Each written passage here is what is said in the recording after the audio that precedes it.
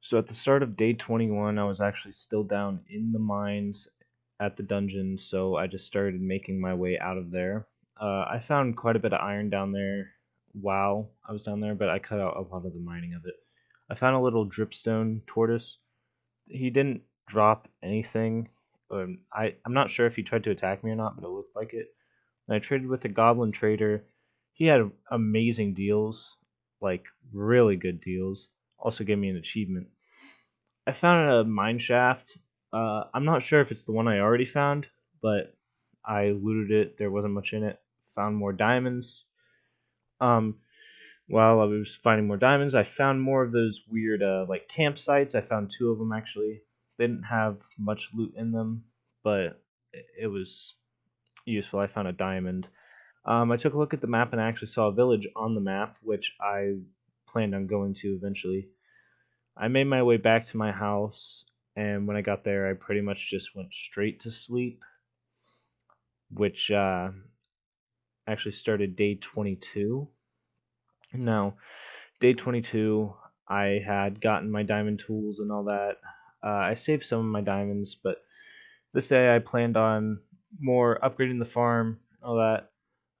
It took a while to do because of all the pods oil or however you say it.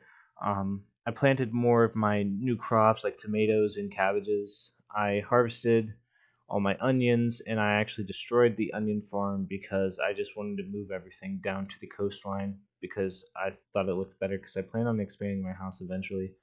Um, I planted my onions down at the coast and I began smelting all my iron. I had stacks upon stacks of iron at this point. Phantoms started attacking my house and actually almost got through my windows.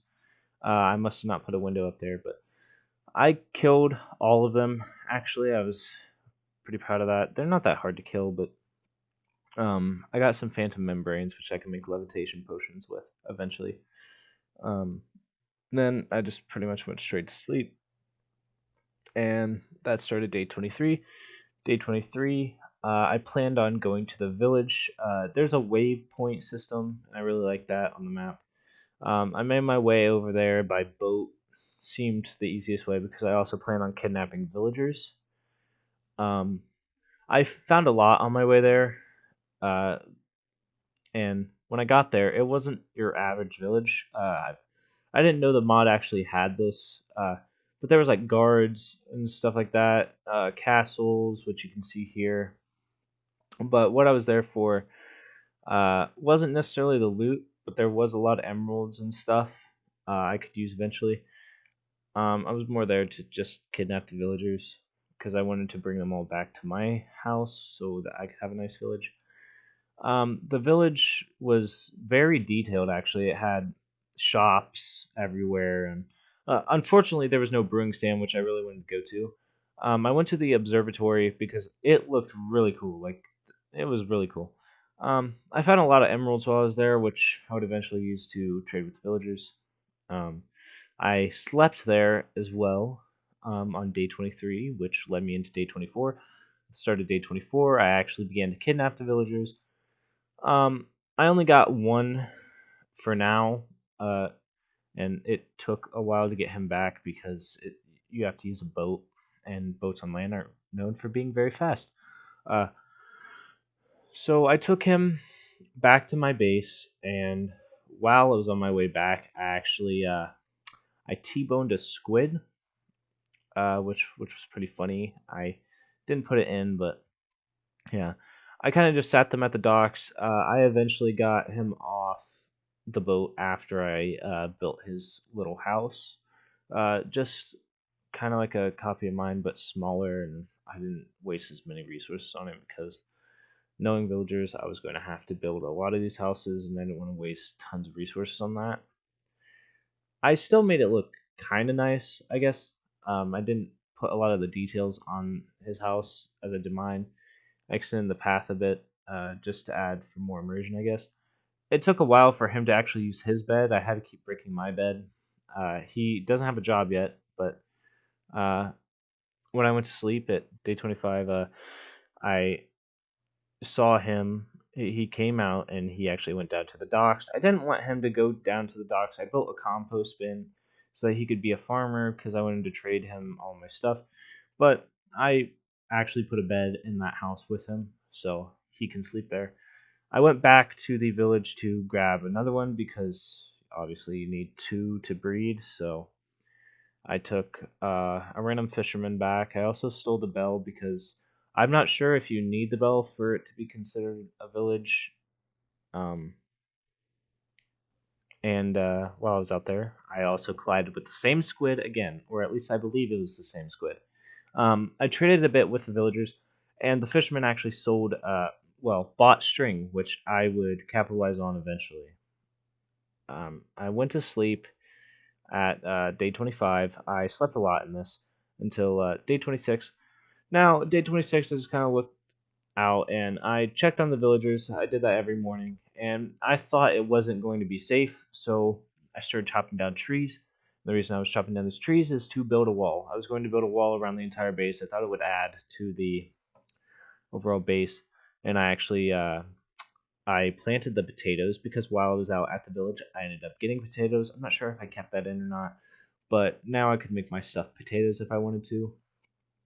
Um, I began building on the wall. It's a pretty small wall, but it will keep the mobs out. Um, I wanted to add a gate and all that, but I didn't really feel like it. It was late.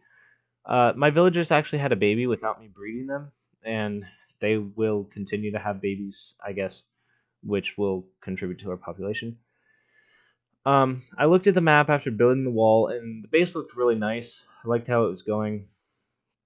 I tended to my chickens, but the thing is, there were a lot more chickens than I remember originally. I may just be forgetting that I did something with them, but I think they might be breeding on their own. I leveled myself up all the way to trader level 100, which makes amazing deals for you. Like you can get like uh, one string for one emerald. It's crazy. Um, but like I said, I plan on capitalizing on the string because you can turn wool into string if you use a grinder. And in this mod, you can build like machines that can do that for you. So I gathered andesite because you need andesite alloy, which is zinc mixed with andesite, and you use that to make 90% of the machines, or actually, I'm pretty sure all of them in this mod. And it's it's costly a little bit. I mean, zinc's kind of hard to find, but it's also my fault that I wasn't mining it when I first found it. Um, I made some water wheels. Water wheels are used to power the actual machine. You have to use cogs and stuff. So I actually put two of them to increase the speed of the machine because some of them have a required speed. Um, but day 27, I just finished a lot of the inner workings of the machine, and I will be spending a lot of time on that. But in order to actually have a conveyor belt on the machine, I needed dried kelp. So I went kelp farming like pretty much all day. It took a very long time. Um, I also found a ocean ruin, and it had really crappy loot to be honest. Uh, and I made my way back to the base. It was pretty.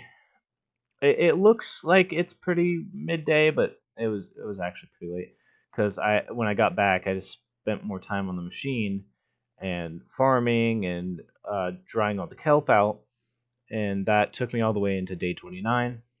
I'm not day 29. I literally spent the entire day working on the machine trying to figure out how it worked because I never built one of the grinding machines before. So I did that and traded with some of the villagers to level them up a little bit. Which he began trading pumpkins actually, but I didn't record that. But eventually, I'll go get pumpkins. Which on day 30 started off. It was more of a cooking day. I made a cooking pot. I was trying to make a stuffed pumpkin and all that. So I went out to gather pumpkins, one to trade and two to make the stuffed pumpkins. Which I would actually fail to make the stuffed pumpkins because I don't know how it works. I put everything in the right order. I put everything where it needed to be, but it just didn't work. So I actually tried to make spaghetti instead because I was looking at the recipes, and you could make spaghetti with mutton chops, but turns out I actually cooked all my mutton chops. So that day was just pretty much trying to cook food and failing, and that's where I'm going to end this video because that's the end of day 30. Goodbye.